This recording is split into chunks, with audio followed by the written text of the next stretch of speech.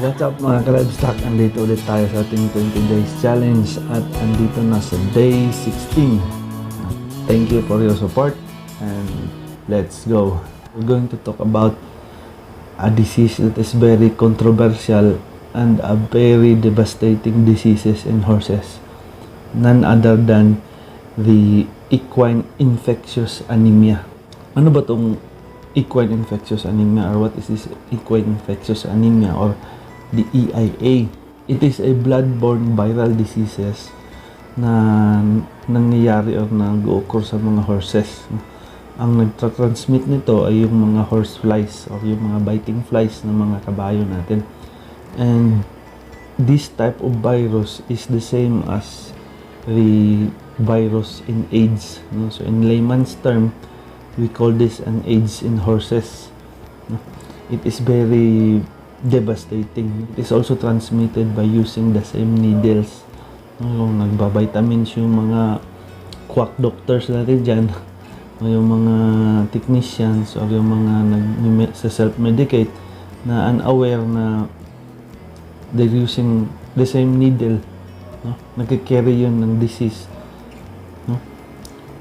by transmitting it from infected horses, administering it or using a needle from the infected horse, and again using the same needle in non-infected horse. So the mare can pass the disease to its foal. The more na mag-increase yung presence ng mga biting flies depending on the season, it also increases the outbreaks of the spread of the disease.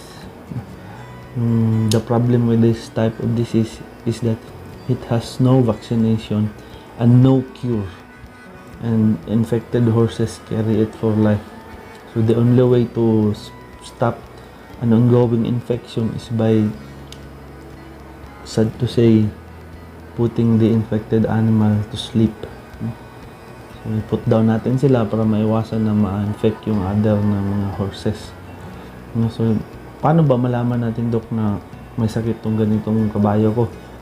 How can we know this disease in horses? There is a developed test, yung tinatawag namin na Coggins Test, na siya yung gold standard in testing this type of disease. So, pag nag-positive siya sa Coggins Test, that means na infected yung horses mo at it needs to be put down. And what are the manifestations if ever your horses get infected with the disease or the virus? So that there are three phases of the virus. First is the acute, the chronic, and the inapparent. So itong acute, 2 to 3 weeks patay na yung kabayo nyo. 2 to 3 weeks your horse is high probability of dying or high chances of death. And it manifests, yung makikita niyo na lang na signs ay yung sudden elevation sa temperature, or yung tinatawag ko may experience na para siyang overheat. So eventually namamatay yung horse pag hindi naagapan. And if ever na napigilan natin yung pag-overheat, carrier din siya sa disease or sa virus. So it's not advisable again to let an horse carry the virus for life kasi risky yun sa ibang horses. At saka yung pangalawang phase is yung chronic. Dito yung chronic, meron ding elevated na temperatures and nagmamanifest sila ng less appetite, chronic weight loss. Ito, unti-unting nangangayayat yung mga kabayo nyo, walang lakas, there is edema, or yung namamaga yung chest, lower chest, saka abdomen, at saka yung mga paa or the legs, edematous lower chest, legs, and the abdomen. And another is that depression. They manifest depression, and in a way na yung mga horses nyo, they hang their head low. So makikita nyo na yung horses nyo ay parang walang lakas or walang gana. And another is that it is anemic. And the third phase is the inapparent. Ito yung napaka-controversial kasi yung horse is perfectly fine. Wala siyang manifestation of any types of disease condition. The horse is perfectly fine, but the problem is the horse is carrying a virus that is able to spread the disease in its locality. No? So, makikita nyo lang to na may signs siya if you expose it to stress. No? So, sa mga howlers natin dyan or sa mga draft horse, in our draft horse or our work horse, when you subject it to stress or to work, they easily get tired. No? In race horses, when you run it and when you exercise it, they easily get tired. So that is the another sign when it comes to inapparent. So the controversial question is, why would I kill my apparently healthy horse? So it is a discretion on one life of a horse compared to the whole life of the other horses. Sacrifices must be done to preserve the greater good of the horses. So how can we control and prevent the EIA? I advise that when you purchase a horse or you buy a horse, always subject it to Coggins Test to avoid complications. If you buy a horse that has not been tested, and you're the one introducing the disease to your locality, so please don't transact or don't buy. Huwag kayong bumili or huwag kayong mag-angkat or magpapasok ng mga kabayo sa area nyo na walang Coggins Test.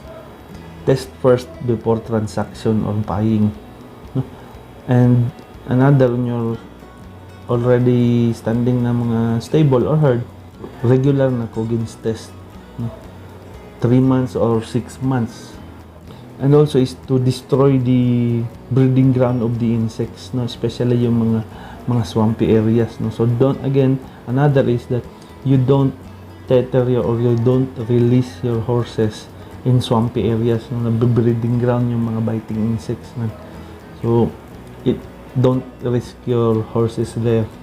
And lastly, as a show veterinarian, when you enter rodeo events or horse show events with your horse, please don't engage in illegal activities that has not complied with the standards, or in gatherings of horses that does not complied with the requirements.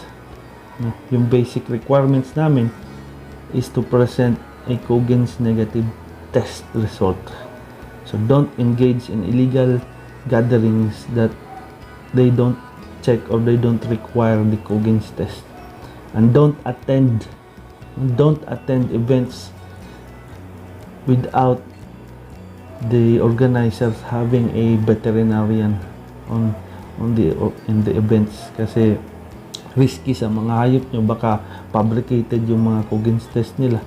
So at least in the presence of the legit veterinarians can assure that your horses are safe. So thank you. Hope again we can see each other on day 17, and as always, glory to God.